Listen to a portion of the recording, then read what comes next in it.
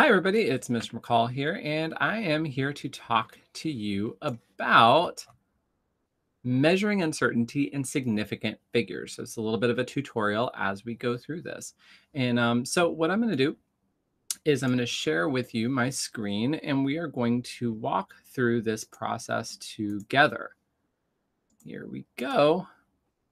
Now, this document I am sharing with you is going to be available in a PDF form for you, so you can pull it up whenever you want. It'll be associated with this video.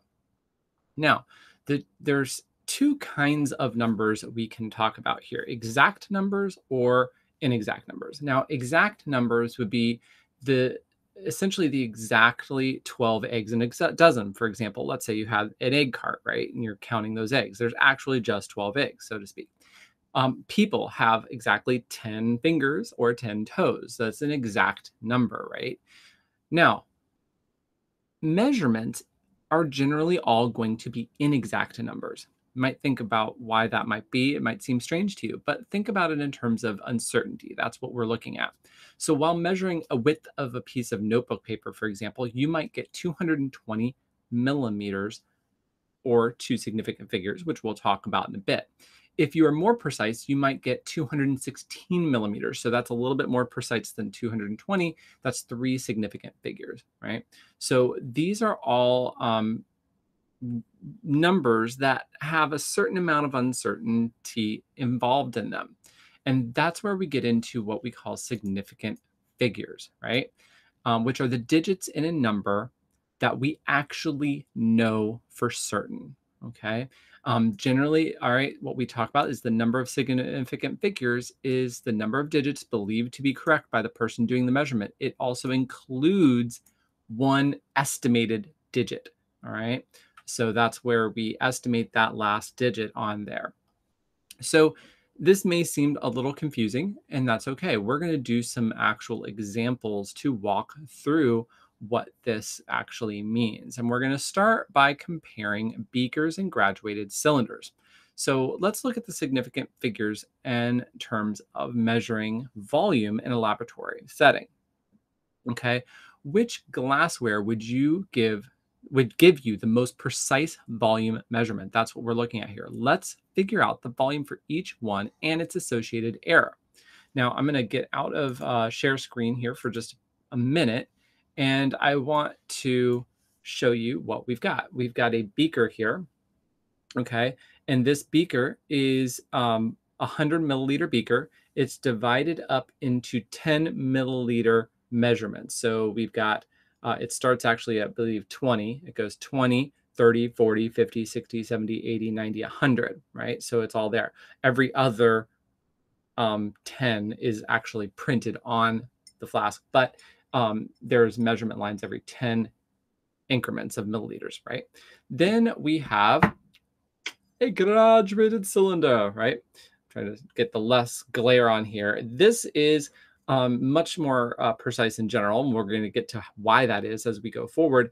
It is not only, you can see every 10 listed here, but you can also see every milliliter. So it has 1 milliliter increments, not just 10. So it's a little bit more precise in terms of its measurement than the beaker itself, okay?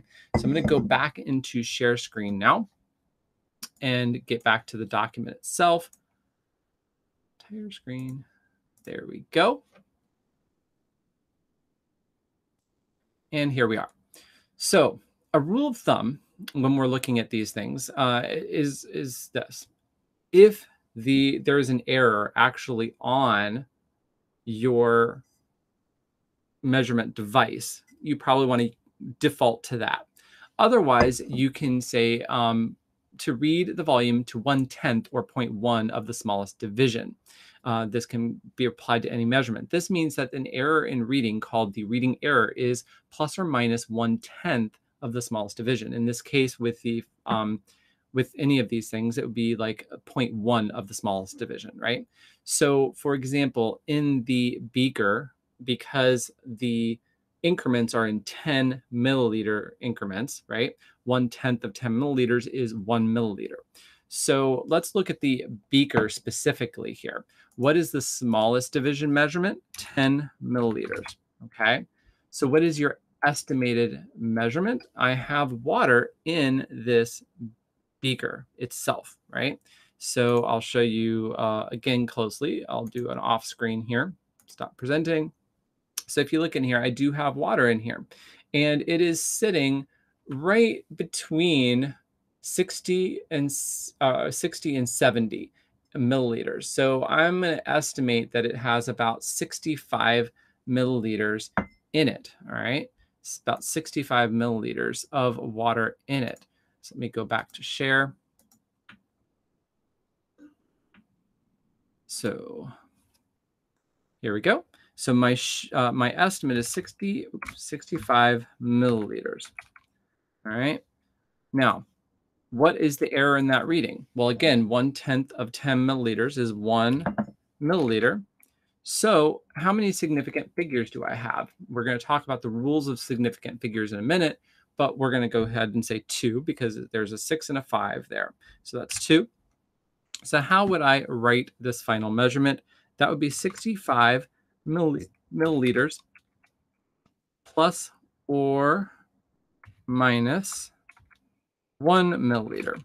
So that means my uncertainty is essentially from 64 to 66 milliliters, somewhere in there between 64 and 66 millimeters. That is where the actual number or the actual volume is. That's as close of a range of precision as I can get with this beaker. Now, having said that, we can now move down to the graduated cylinder. So what I'm going to do is I'm going to literally just pour the water from the beaker into the graduated cylinder. Now here, I can actually read the graduated cylinder, and it is right between, let's see, it's 60, 61, 62, 63, 64. It's a little less than 64 with the meniscus. So I'm going to say, no, actually, it's a little more than 64. My bad. It's actually between 64 and 65. So I'm going to say that it's 64.5. All right. So what's the estimated measurement here? 64.5 milliliters. Now remember, the smallest division on this, I already mentioned this already, is 1 milliliter. That's a big difference because remember back up here in the beaker scenario, the smallest measurement was 10 milliliters, right? So I have 1 milliliter division, 64.5 milliliters. That's my estimate, 64.5 milliliters. Now, what is my error? So 1/10 of 1 milliliter is 0.1 milliliters. So how many significant figures do I have in my number there? That's 3, 6, 4, and a 5 after the decimal. So that's 3 significant figures. And then how would I write the final measurement? That would be 64.5 milliliters plus or minus 0.1 milliliters, right? Now, I want you to pay attention to this too. What was our estimate for the beaker? 65 milliliters, right? Oops, highlighting all sorts of things. 65 milliliters, right? Well, what is our error? 1 milliliter. So the answer, the actual precise measurement of that volume could be anywhere between 64 and 66. So when I use a more precise volumetric measurement tool like the graduated cylinder, I'm finding out that it's 64.5. That falls within the error range of the beaker, right, that I already had. So that shows you how that lines up. Now, we could actually go further than that if you used a burette, for example, which I think has a increments of like 0.1, you would probably fall within the error of the graduated cylinder, but you would have up to maybe 4 significant figures rather than the 3 with the graduated cylinder, right? So this is how this works. The more precise your measurement is. So for example, if you really didn't need to know down to 3 or 4 significant figures for a particular measurement, it didn't really matter that much, a beaker is great, works fine. If you need to know more precision, you want to use a graduated cylinder and so on and so forth. And you do need to look at that when you're making choices about particular measurement tools, whether it's a meter, a ruler, or whatever. Now, here's another exercise. We're going to work with significant figures specifically now. So we are kind of understanding the rules now that we've had some examples. So all non-zero digits in a measurement are significant. So for example, 237 centimeters has 3 significant figures, right? Those are all non-zeros. Now, embedded zeros, number 2 here, are always significant. So 5.02 has 3 significant figures.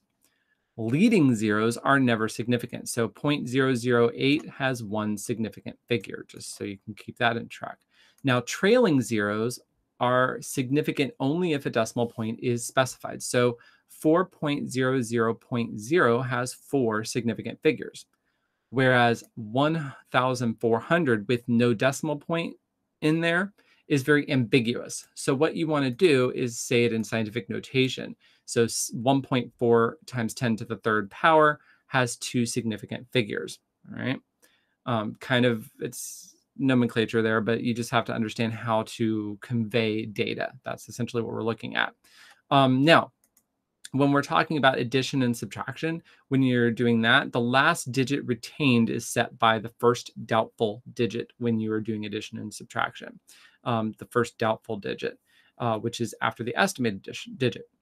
Now, for multiplication and division, the answer should contain no more significant figures than the least accurate known number.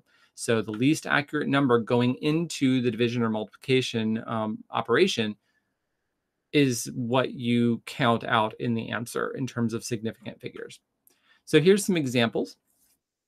Here's a 0.00682 that actually has 3 significant figures because you have all these leading zeros, right? You can also write it in scientific notation, 6.82 times 10 to the third. Now, 1.072 has 4 significant figures because it has an embedded 0.